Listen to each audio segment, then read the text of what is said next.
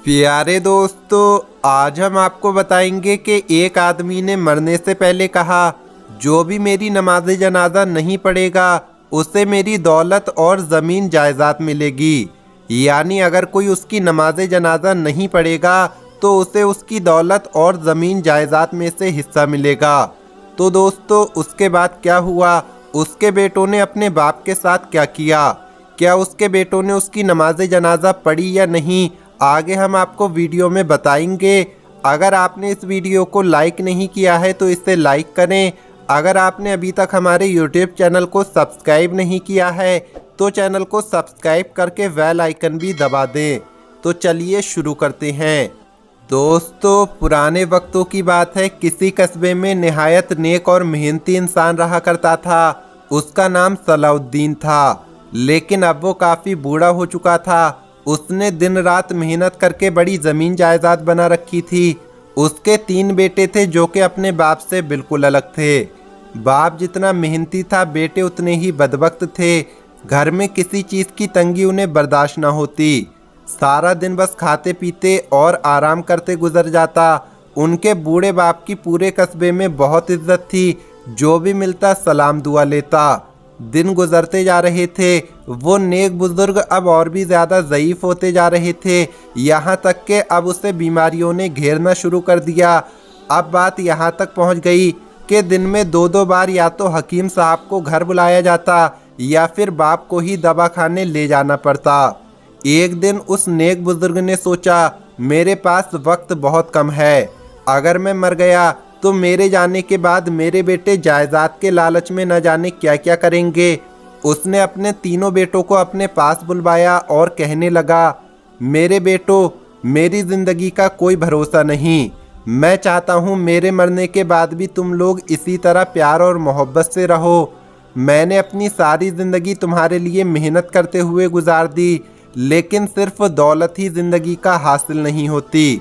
मुझे देखो, मैंने बेशुमार दौलत कमाई, लेकिन आज जो कमाई मेरे काम आएगी वो तुम सब हो। मेरी औलाद, मेरे बेटे, मेरी ज़िंदगी की असल कमाई तुम लोग हो। मेरी विरासत तुम हो। मेरे दुनिया से रुखसत हो जाने के बाद मेरी जायदाद को मिलकर इस्तेमाल करना और मुझे अपनी दुआओं में हमेशा याद रखना। उसके बाद बुजुर्ग ने अपने बेटे से एक कलम और किताब लाने का कहा ताकि वो उन्हें वसीयत लिख दे। बड़ा बेटा जल्दी जल्दी दोनों चीज़ें ले आया। बाप ने 2 कागज़ों पर वसीयत लिखकर उन्हें 2 अलग अलग लिफाफों में बंद कर दिया और अपने बेटे को दे दिया। उनमें से एक पर लिखा था कि इसे जनाजे से पहले सबके सामने पढ़ा जाए, जबकि दूसरे पर लिखा था कि इसे जनाजे के बाद सबके सामने पढ़ा जाए। बड़े बेटे ने दोनों लिफाफे संभाल कर अपने पास रख लिए। सलाउद्दीन की हालत दिन ब दिन ख़राब होती चली गई और बिल आखिर उसका इंतकाल हो गया। सारे कस्बे में खबर फैल गई कि ज़मींदार साहब का इंतकाल हो गया है। जनाजा पढ़ने के लिए हज़ारों का मजमा जमा हो गया था।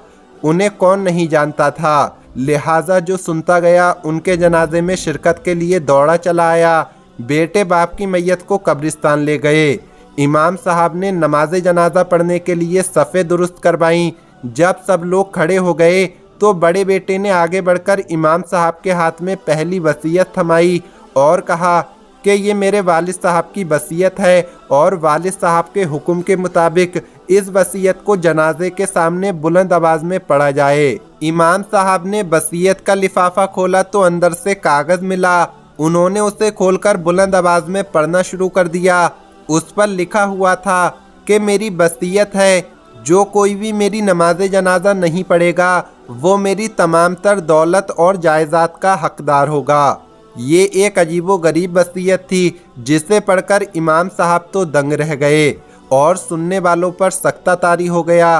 कब्रिस्तान में उस वक्त हज़ारों जिंदा इंसान थे, लेकिन वसीयत सुनने के बाद वहाँ खामोशी छा गई, जैसे वहाँ से सदियों से किसी का गुजर न हुआ हो। हर कोई कश्मोकश का शिकार था कि आखिर क्या किया जाए। हम तो नमाज जनाजा पढ़ने आए थे, लेकिन अगर नहीं पढ़ेंगे तो हम भी जायदाद के वारिस बन जाएंगे।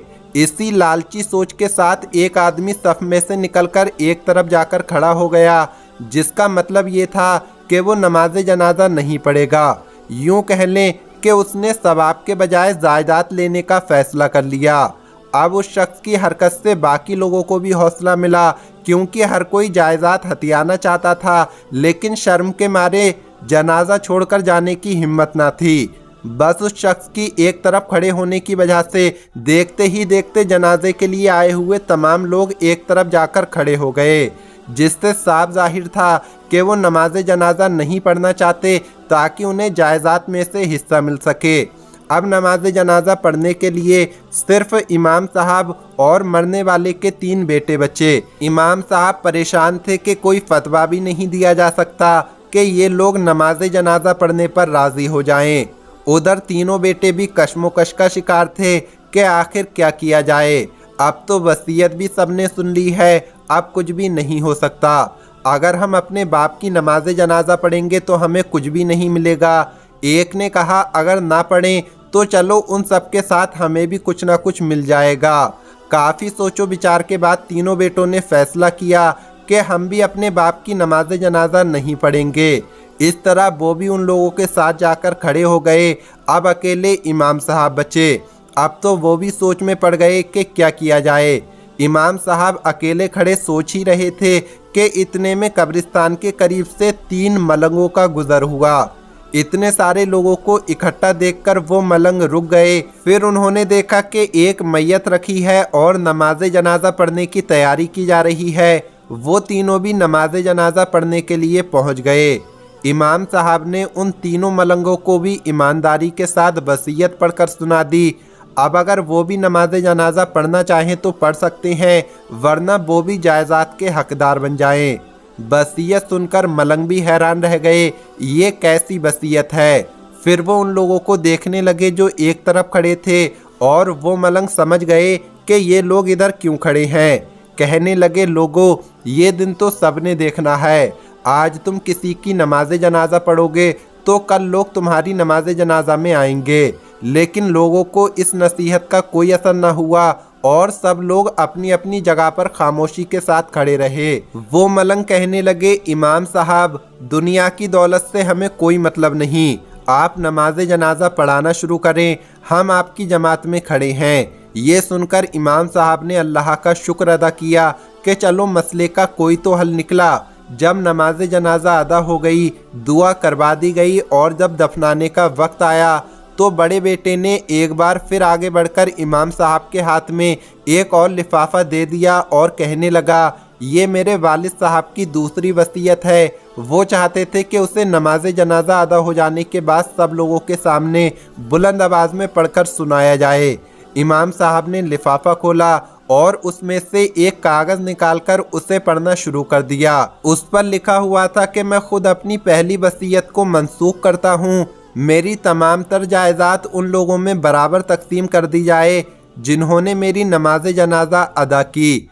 ये सुनकर एक तरफ खड़े लोग सर पीटते रह गए, यहाँ तक कि उसके बेटे भी सब एक दूसरे पर लानत करने लगे कि हमने चंद पैसों के खातिर एक नेक काम से मुंह मोड़ा। वसीयत के मुताबिक सलाउद्दीन की सारी जायदाद इमाम साहब और तीनों मलंगों को मिल गई। दोस्तों, वो बेटे किस कदर बेकार होंगे जिन्होंने दौलत के लालच में आकर अपने बाप की नमाज जनाजा पढ़ने से ही इनकार कर दिया। सलाउद्दीन के तीनों बेटे दुनिया में भी अपने बाप और उसके जज्बात से गाफिल रहे और उन्होंने उसके आखिरी रसूमात में भी उसका एहतराम ना किया और फिर उन्हें उनके किए की सज़ा मिल गई। तो दोस्तों, ये थे 3 बदबख्त बेटे जिन्होंने दौलत के लालच में आकर अपने बाप की नमाज जनाजा नहीं पढ़ी। ये वीडियो आपको कैसी लगी कमेंट बॉक्स में ज़रूर बताएं। मिलेंगे अगली वीडियो में। अल्लाह हाफिज़।